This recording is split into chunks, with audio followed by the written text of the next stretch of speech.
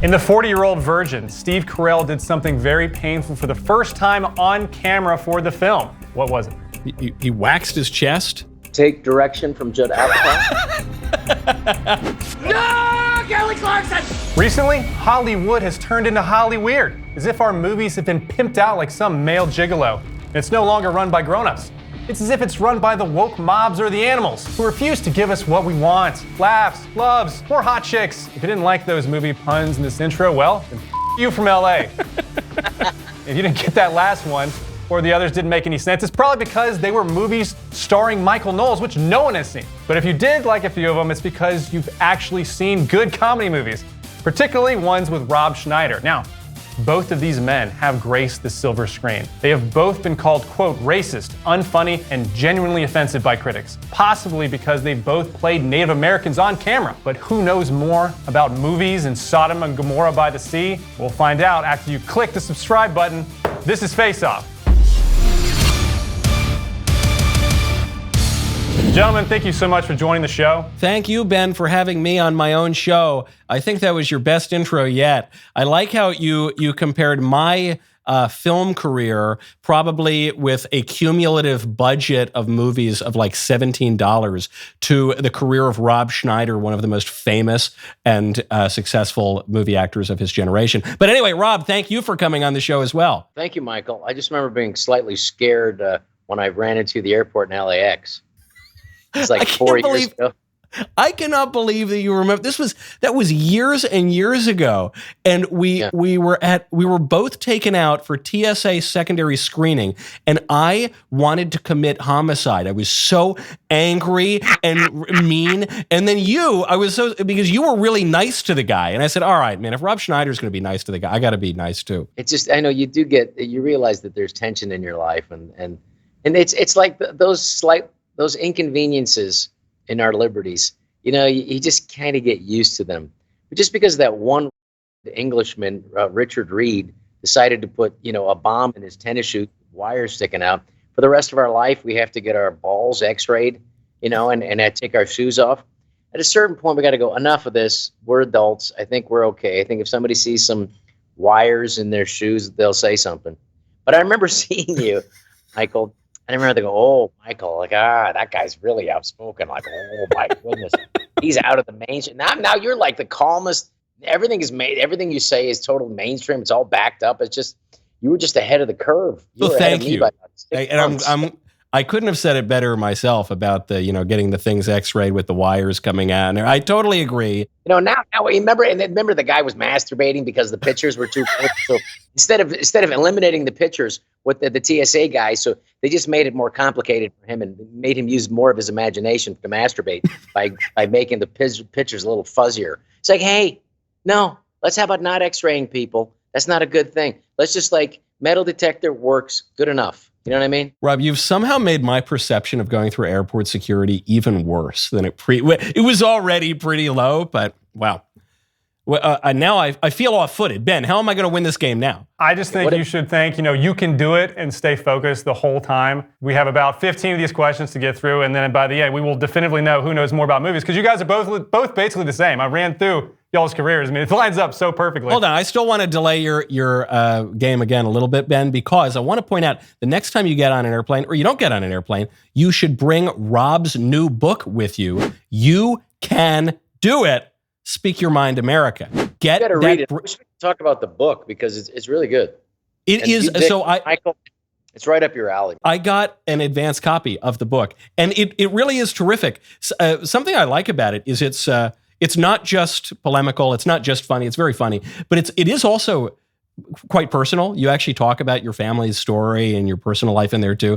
And it's really terrific. Good to be read on an airplane or off an airplane. Yeah, I've tried to make it like each chapter about the length of what it takes to take, a dump on the toilet, how long an extended dump, a dump and a half is basically what I try to keep to. But it was fun. I'd never written a book before. And I was like, I've never thought that free speech would be under attack in the freest country in the history of the world. But here it is. Here we are. and you see it, like I said, you were ahead of the curve on this. So what kind of game are we talking about here, Michael? Some dumb, stupid game. I love you. You've mentioned the scholarly length of a chapter, which is supposed to be, according to, I think the MLA handbook, about a dump and a half. So, Ben, what are the rules? It takes about as long as it takes to make a dump so that we could fly through this. Basically, you will have 30 seconds to answer one of these questions. By the end, the winner will get a 30-second commercial from the loser for either why people should watch their show or buy their book. Are you ready, gentlemen? I'm ready. Yeah. All right. First question. On CBC broadcast on Christmas Day, President Donald Trump was removed from what classic film? Okay. All right. What do you have, Michael? I say Home Alone 2. Rob? I say Home Alone 2, Lost in New York, which I think is the correct title. That is the correct title, and they are both the correct answer, gentlemen. Excuse me, where's the lobby? Down the hall and to the left. Thanks. I don't lose points, even though Rob was much more thorough in his answer. It was much more thorough. Okay. But no. Yeah, I mean, I thought but anyway, okay, we don't have to do that. We don't have to play. All right. We'll see if this next one's thorough. In the Top Gun Maverick trailer, which flag was originally removed from Pete Maverick Mitchell's jacket, but later put back on in the theatrical release? Was it A, Taiwan, B, the British flag, C, the Japanese flag, or D, Let's Go Brandon?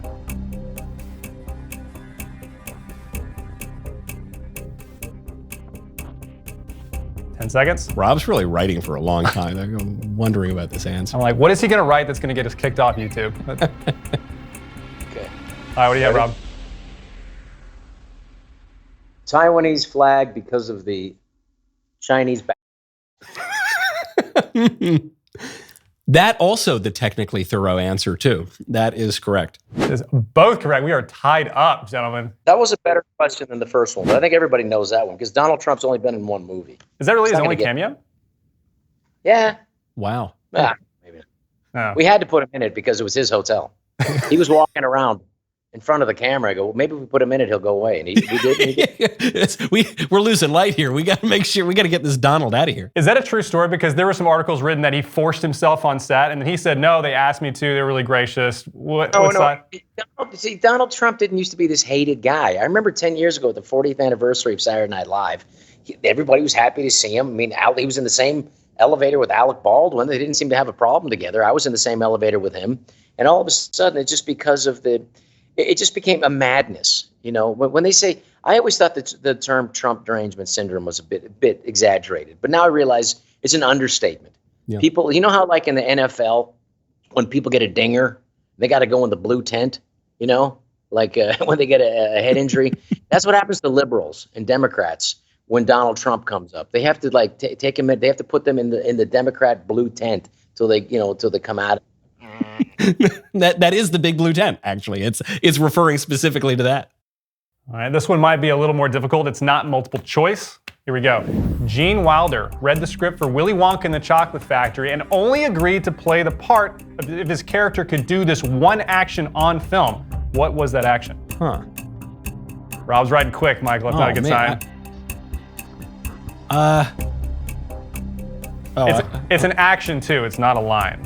Just as a hint. All right, you ready?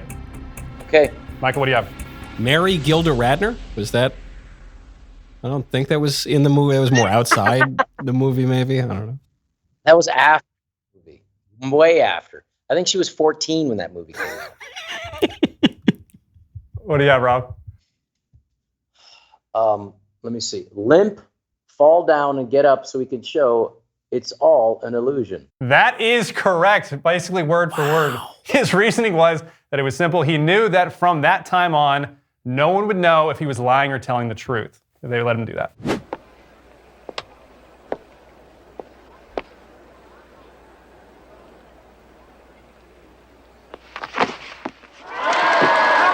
That's impressive there, Rob. It's not looking good for Michael Knowles. Not looking good. Yikes. Michael, I feel like you're going to help push my book today. Yeah.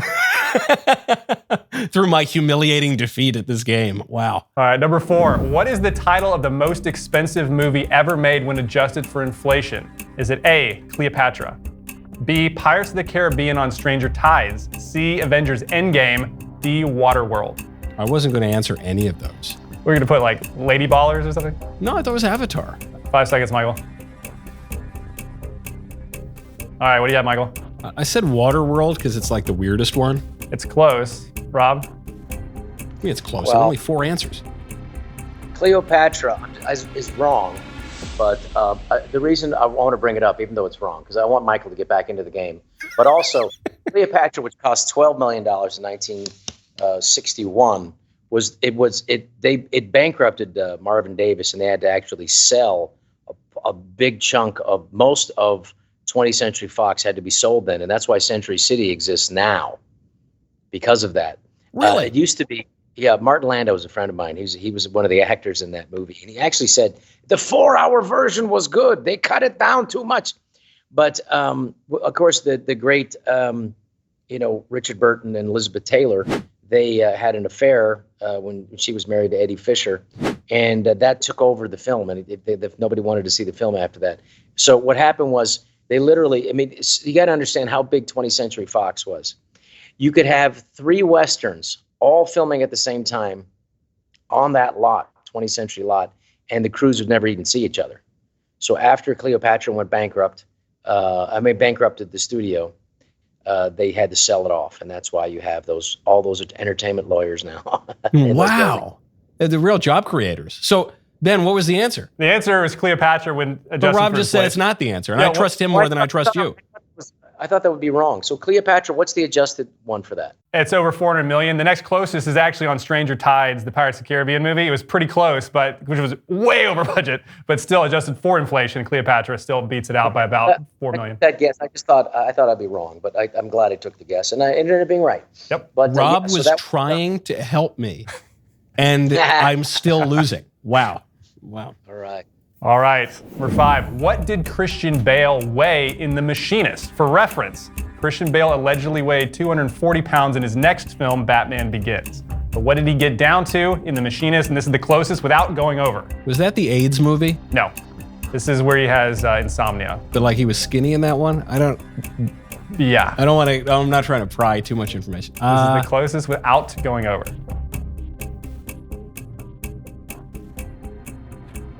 All right, Rob, what do you have?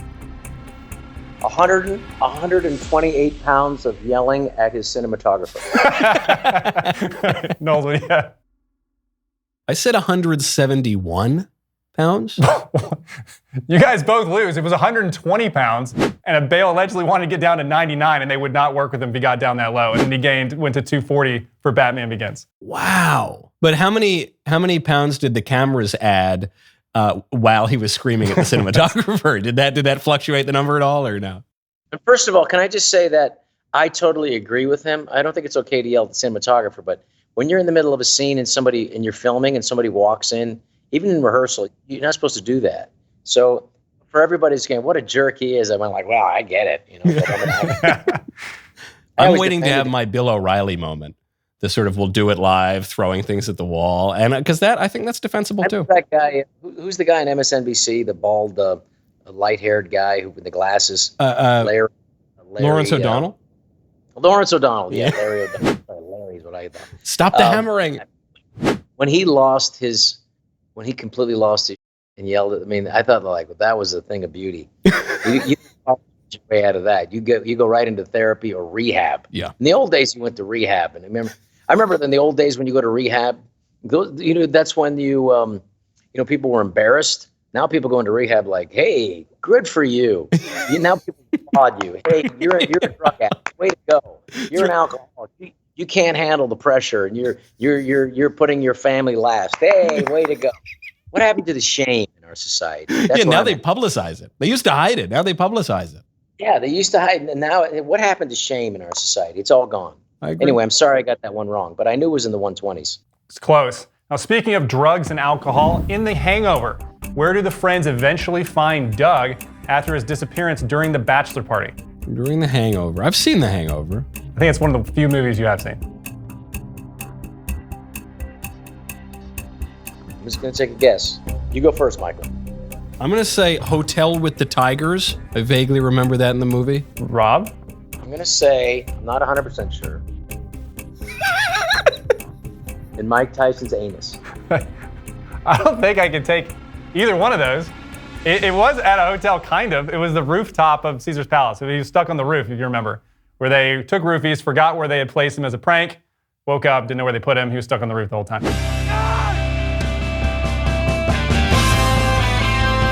I don't think I can take a hotel, Michael. Like that's. Were there tigers? No, well, there was a tiger in the hotel room. So, Or was there Mike Tyson's derriere? I'll have to check the producers on that. No, we can't take it. You want to hear the best Hollywood story about that movie? After the third one made $1 billion, Peter Chernin at 20th Century Fox was like, "Hey, this comedy made $1 billion.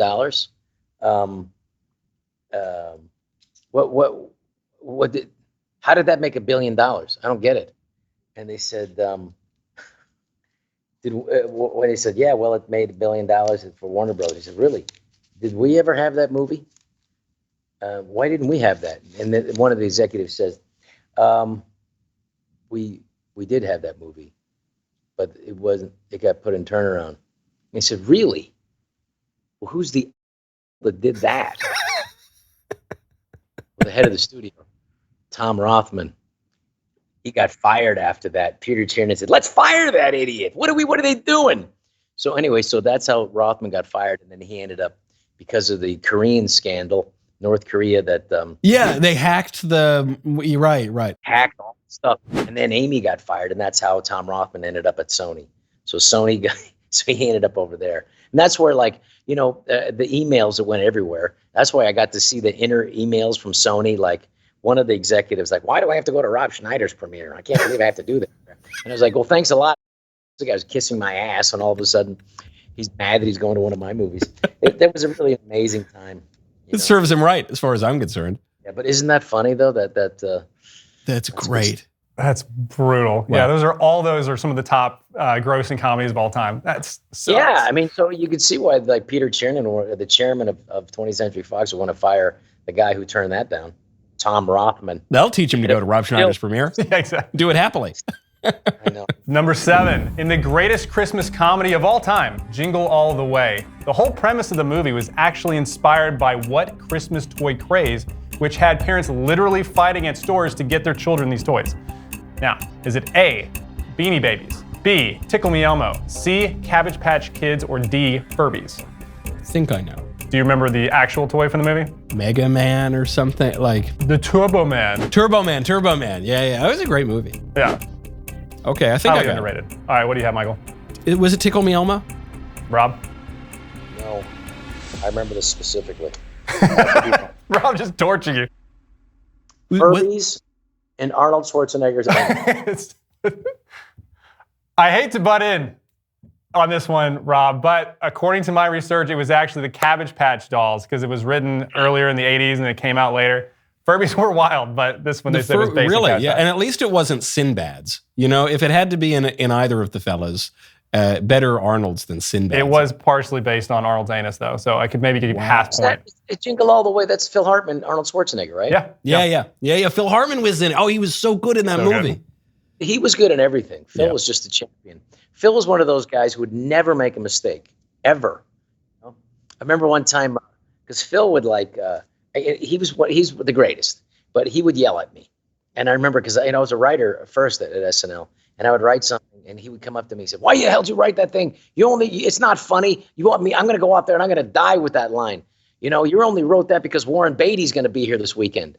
And I had no idea how that was connected to all. And I went like, "Hey, listen, Phil, it's funny. I think it's going to get a laugh."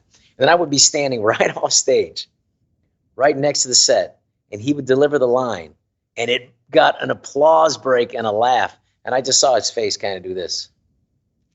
And to his credit, he got up when the sketch ended. He walked right up to me and said, "You're right. I'm." Really? That's great. And then next week he did it again, and it happened again. I swear, it was like the comedy gods. But wow. Phil was, he just was one of those guys who was just too good at a character. Yeah, you didn't know who he was. One of my favorite SNL sketches of all time was one of his Reagan mastermind, the Reagan Genius sketch, where Reagan's like speaking in Mandarin and Arabic. Cariz na sujaria, ala camada gaze. Oh, Bukarakanagasha. Makalana ho, Makachani hey. Everything that guy was in, even off SNL. I mean, everything that guy was in was so funny. No, he was so good. You remember him? The first thing I ever saw him, and he just blew off the. He just came off the screen. Was in Pee-wee's Big Adventure, which he helped write that, and the first stage show on HBO. And I was like, who the hell is that guy? He was Captain blah blah blah, who you can tell was some sort of captain or whatever. But because that show was much very dark before it was a cartoon. It was an HBO thing, and it was a live show for adults. And so that was a show that went on HBO. But Phil was just one of those super talents. And that's why, when you see Dana Carvey, he was on Saturday Night Live last week with Maya Rudolph. And you got to say, a really funny sketch. Kudos to them. Dana Carvey is the most brilliant character actor ever on that show, ever. And his Biden is just screamingly funny. Folks, thank you, Regis.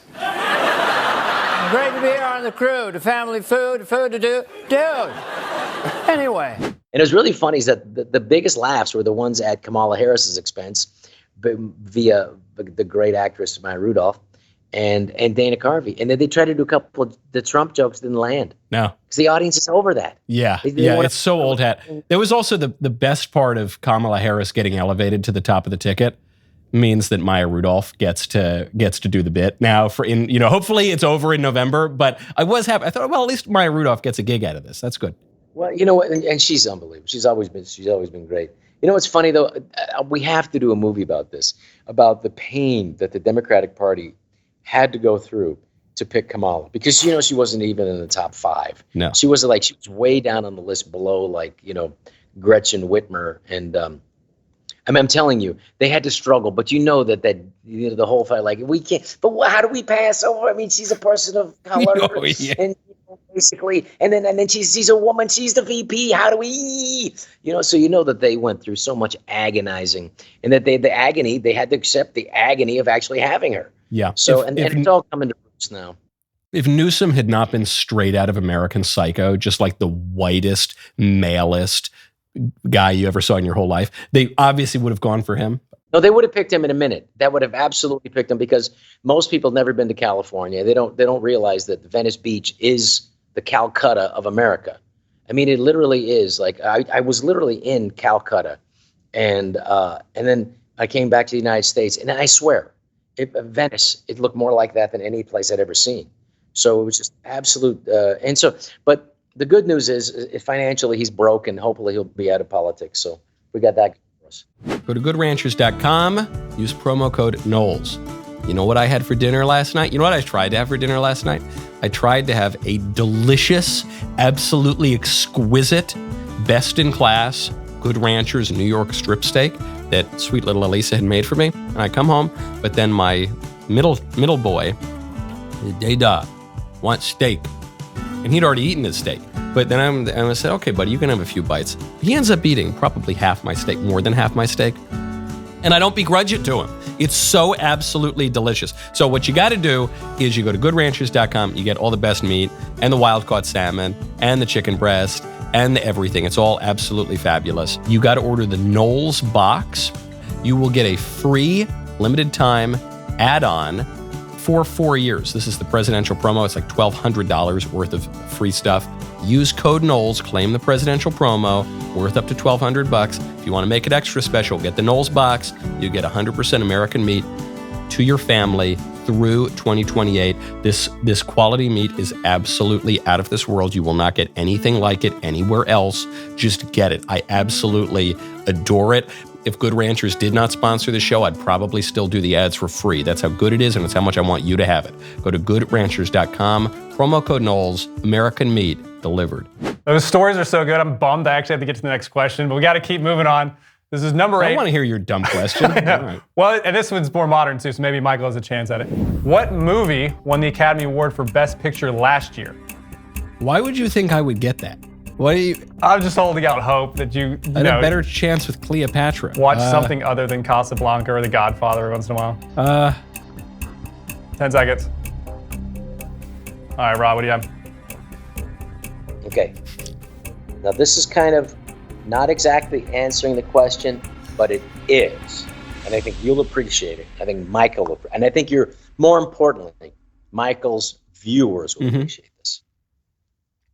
Something woke, ass-kissing that no one in mainstream America ever saw. That is certainly technically correct.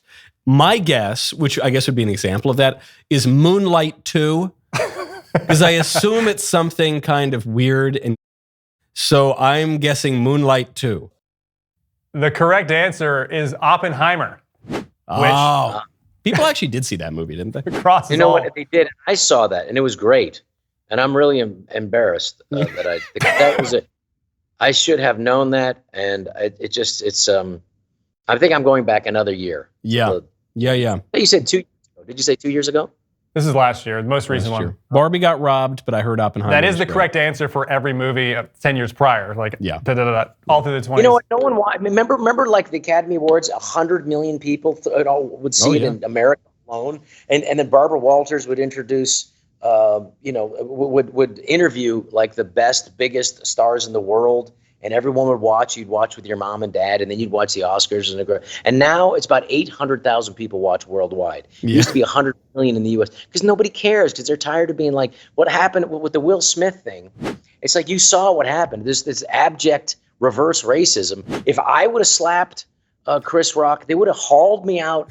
They would have thrown me in jail. They would have tackled me in security. But because Will Smith, and they're so afraid of anything racist or whatever, they let him get his Academy Award.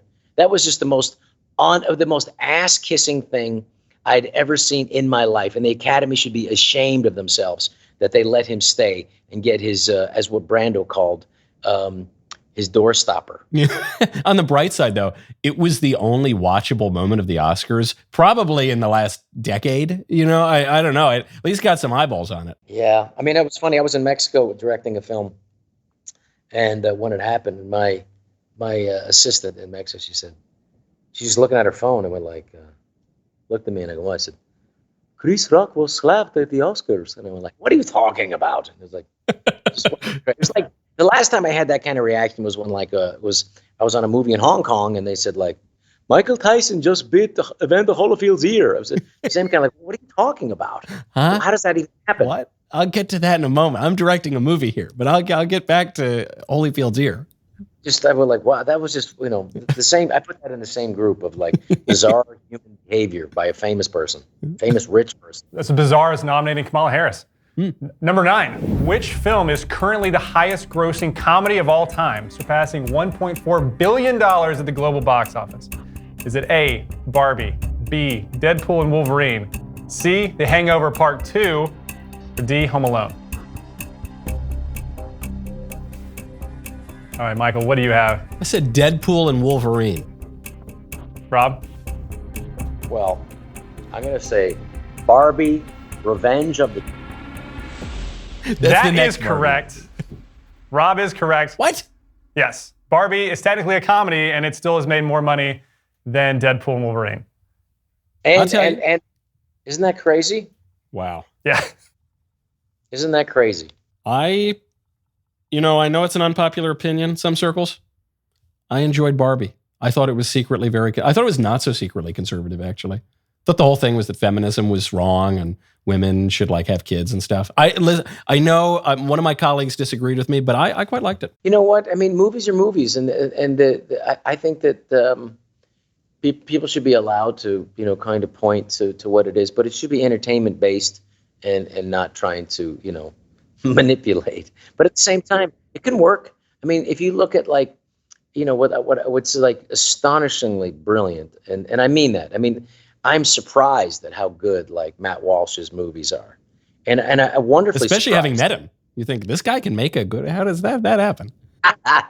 Well, you realize that because he's not only he's brilliant, obviously, but he's keyed into something that everybody can relate to as nonsensical and deserving of ridicule. The only way to get this woke nightmare to collapse or tyranny to collapse or any sort of thing is when people laugh at it. When people in the Soviet Union, nobody read the Pravda or TASS. They knew it was complete. They just counted on word of mouth. And so now it's the same thing with the New York Times and the LA and Chicago Tribune and CNN. People laugh at it. You had people on Stephen Colbert's show talk about the Joseph Goebbels of the Democratic Party, Stephen Colbert and his dancing syringes, when he suggested that there was some objectivity to the viewers that CNN, his own audience laughed at it. That's right. Because it's laughable. I know you guys are objective over there, that you just report the news as it is. Oh, I know. CNN makes a. I know. Is that supposed to be a laugh line? I wasn't supposed to be, but... So when you laugh at it, then you know it's collapsible. Then it's about to collapse. And that's what I think this whole woke nightmare is months or weeks away from collapse. Right. When he said he made the joke, or he said the line, and then he said, "Oh, I didn't mean that as a laugh line. Why are you laughing at CNN's objectivity?" I mean, anyway. It was absolutely. It was just so truthful. The audience knows. They know. Yeah. All right, number 11. In Die Hard, Bruce Willis's role was actually offered to which much older actor first? Was it A, Sean Connery, B, Frank Sinatra, C, Robert Redford, D, Clint Eastwood?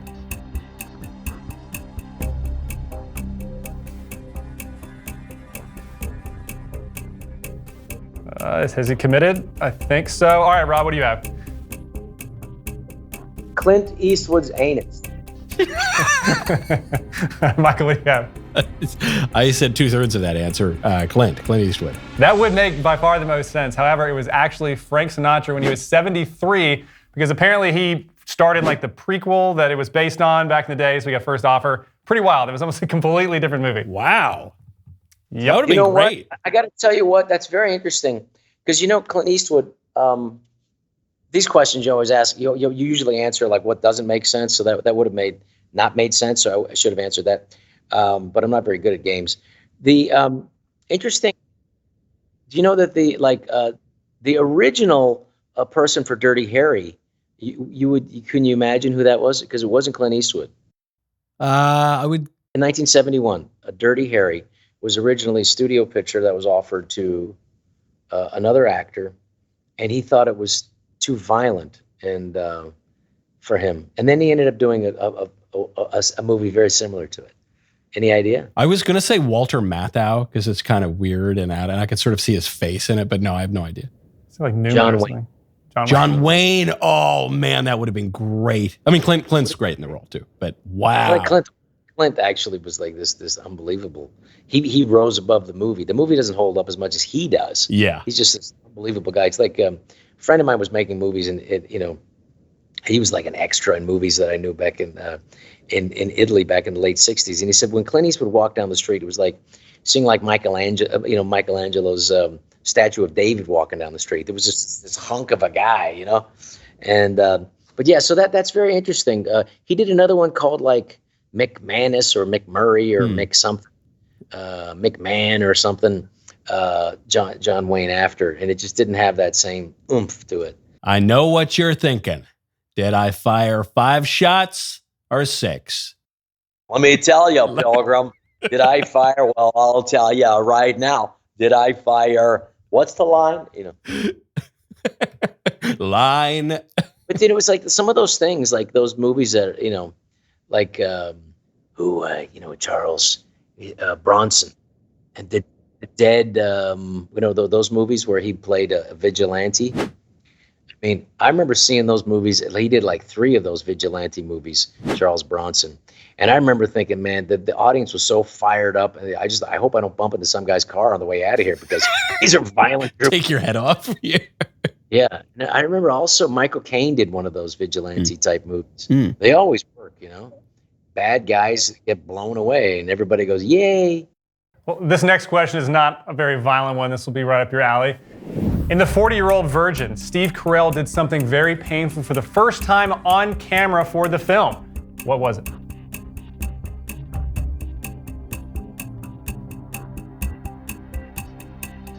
All right, Michael, what do you have? He waxed his chest. Rob?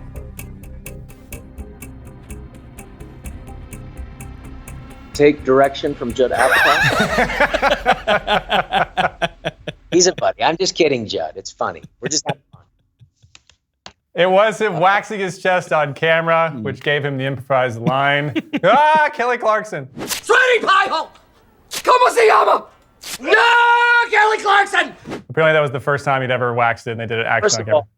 I'll have you know that I had waxed my ass, and they took that from that. I'm sure. My ass waxing scene in Deuce Bigalow. Okay, thank you. Wow. You're welcome. That You're welcome. You're welcome, Steve. I want in the director's notes of 40-Year-Old Virgin, I want them to cite you as a pioneer specifically for that act. He did it like live on camera for the shoot. You mean with the ass waxing? Yeah. Well, Did you do you see, I'll tell you the truth. I'm half Filipino, so I'm basically a Mexican hairless at this point. So they really had to have they had to have a stunt ass with real hair on it for me to do it. Man, Because, they say there's, I'm a prison cell partner's dream. I'll tell you the truth. people in Hollywood, they'll take any job they can to get on camera. But I think being your stunt sphincter, I don't know, man. An agent would have to convince you to. You'd almost say you'd have to go straight from that to a Kamala Harris political ad. Did you hear those guys? What they did, Kamala Harris, like the guy in ghost pants. I buy tampons, and I'm a man for yeah. I know it's just it's so humiliating. Yeah, that I just wish like we had unbiased media that could really make fun of it on the left, because they won't go near it, and they won't touch my book either. They won't come because it's just anything that goes against or that even questions a liberal intelligentsia. They're like, no, let's just ignore it to death. But you all out there, you can do it.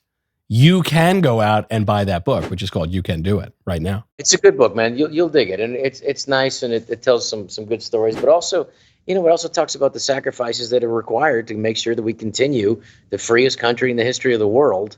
And this whole idea of free speech. America has its problems, but let me tell you, this free speech is pretty damn important. In 1791, it's lasted a long time. If you look at I think it's called the Rights of the Man and of the Citizen, that was in 1789. It's the French version of free speech. It lasted 4 years until they started chopping off people's heads again. We've gone since 1791 till the Harris-Biden administration. Hopefully they don't get in. They seem to think it's a privilege, not a right. And I can't believe that they're that ignorant. I don't think they're ignorant. I think they're willfully wanting to just do away with speech that doesn't agree with the Democratic Party. Yeah, just radical. All right, number 13. Who holds the record for the most acting credits in film and television with over 600 appearances? A, Danny Trejo. B, Michael Caine. C, Eric Roberts. D, Samuel L. Jackson. I feel confident about this answer. Even before you listed the names, I had this name in my head. Okay, I got it. All right, what do you have, Rob? I know him, so I feel like I'm cheating. Danny Trejo's anus. You know it, you mean. You know the specific. I'm guessing Eric Roberts. Danny Trejo is second with over 400, but Eric Roberts is at over 600. He is the man, the myth, the legend currently. Eric Roberts? My goodness. Well, I got to call him. It's actually 5-4 Rob right now. Michael's getting really close. Oh, man. Thank you, Eric. Don't call it a comeback. Don't call it a comeback. All right. Number 14. What was the first horror film to be nominated for Best Picture at the Academy Awards? Was it A, The Exorcist, B, Psycho, C, Jaws, D, Rosemary's Body? Baby? Rosemary's Baby. Sorry. Oh, then you gotta listen to it. What is it? Say it again. All right, the first one, it was The Exorcist, Psycho, Jaws, or Rosemary's Baby.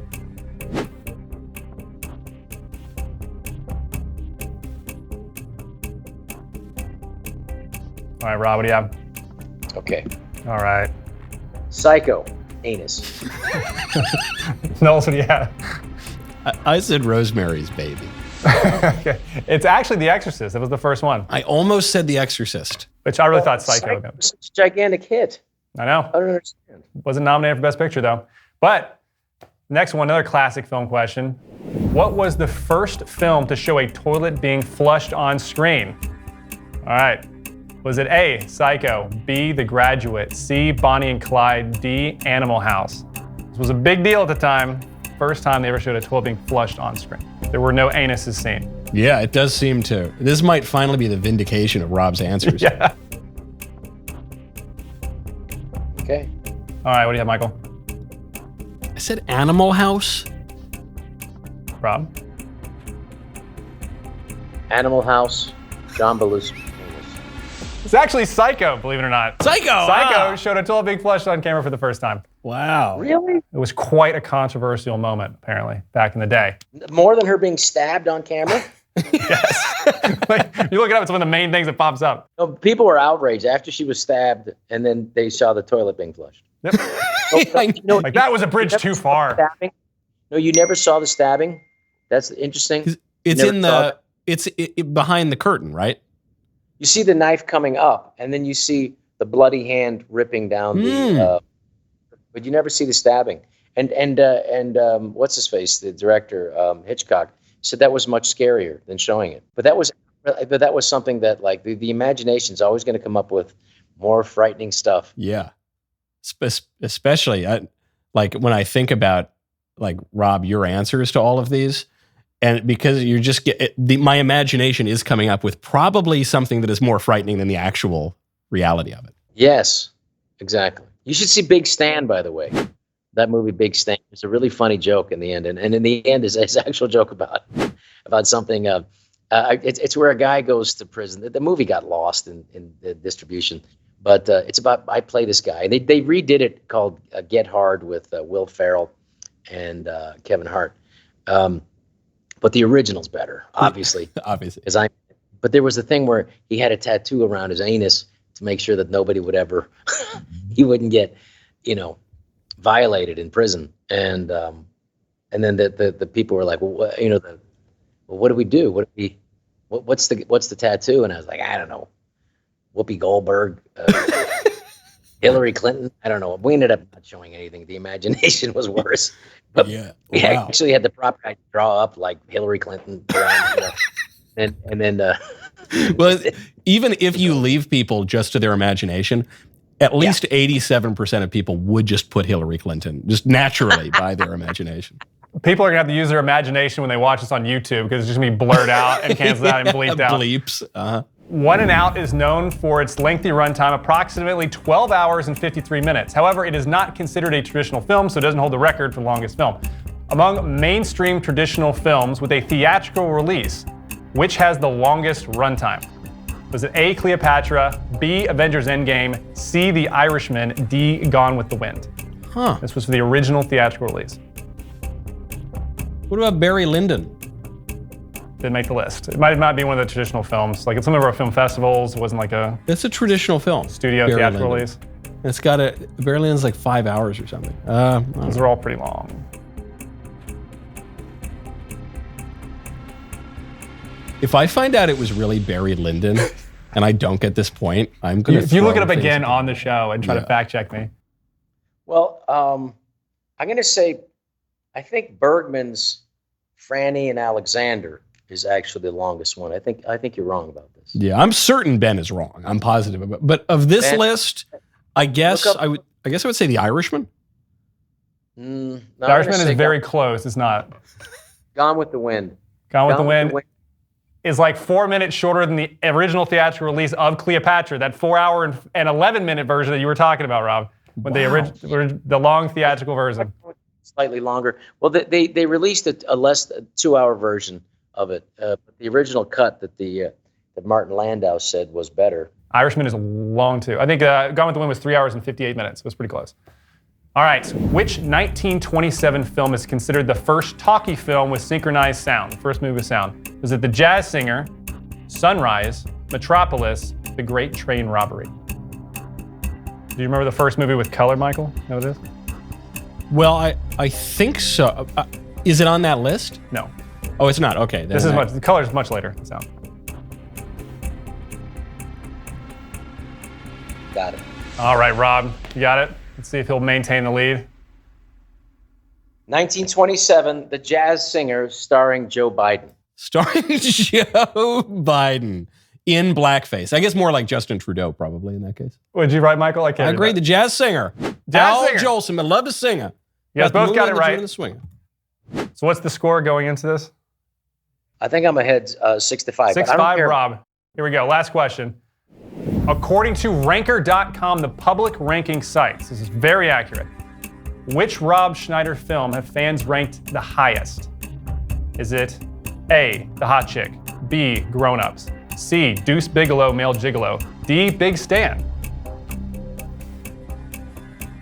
So this is not the objectively true answer. This is what Ranker said. This is what the audience that watches all of Rob's films, what they think. So this is not the critic reviews and Rotten Tomatoes, which are all garbage, where they rank like that. This is the people. The people voting what is the best movie. Okay. All right, I feel confident about my answer. All right, Mike, what do you have? I say Deuce Bigalow, no doubt, right? 1999, one of the greatest years for film of all time. Probably is the greatest year of film of all time. Rob, what do you have? I'm just writing. Okay, got it. Grown Ups, co-starring David Spade's ballsack. Wow. Wow. See, there's a twist at the end there. You know. Those are all fantastic guesses. They're all top 5 on the list. However, The Hot Chick. Really? People's favorite movie, Rob. No, look, Hot Chick's great. I'm just saying better than Deuce Bigalow? It stood the test of time. People love going back to it. Wow. It's a chick flick, and the women, they like to vote. They do. It's been a long time since that 19th Amendment's been around. How's it worked out? Yeah, they like to vote. They like to take advantage of it. Wow.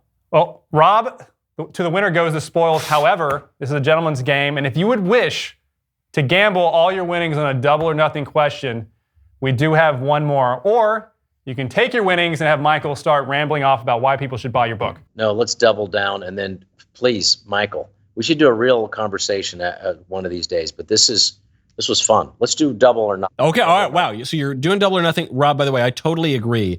What this experience has mostly taught me is I want to speak to you without Ben Davies just chiming in and pop. I want a one-on-one with Rob.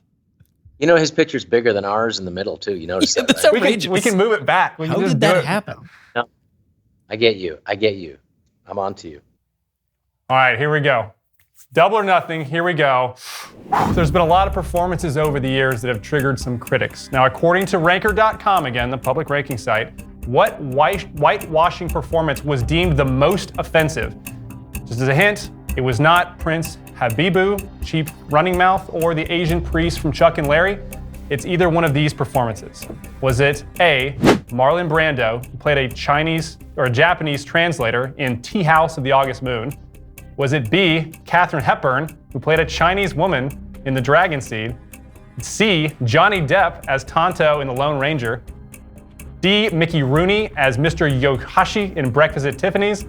Or E, John Wayne as Genghis Khan in The Conqueror? Didn't Sean Connery do one that was pretty wild too?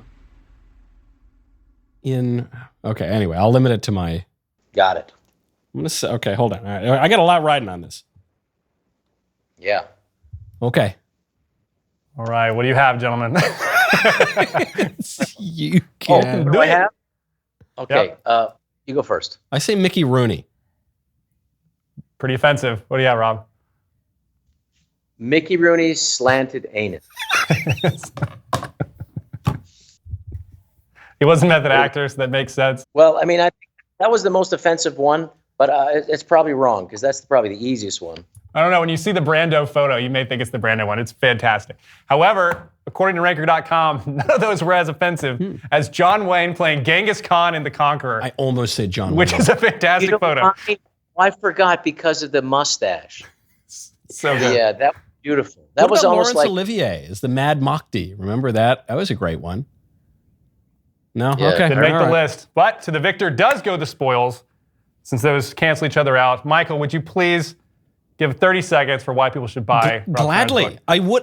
I'm glad I lost, in fact, so that I can tell people right now, stop what you're doing, go to Amazon or wherever you get your books, whatever. You can do it by Rob Schneider, a book that is part memoir, it's very funny, it's funny throughout, and part political wisdom and polemic. Go get You Can Do It. And I won't add on to that any parts of any orifices or any appendages. Just go get the book. There's some pictures of me and Adam Sandler, Drew Barrymore, me and The Rock, me and Stallone, me and the guy from Cleopatra, Martin Landau, right there. Not only Pretty do you good. get great words of wisdom from Rob, but you also get very cool pictures.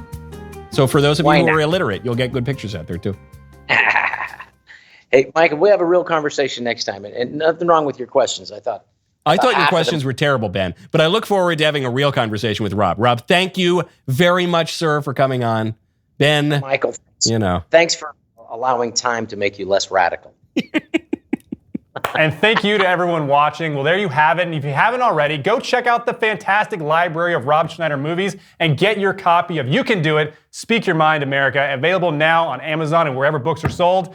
Just end the video, click the link down there right now, buy the book, and we'll see you next time.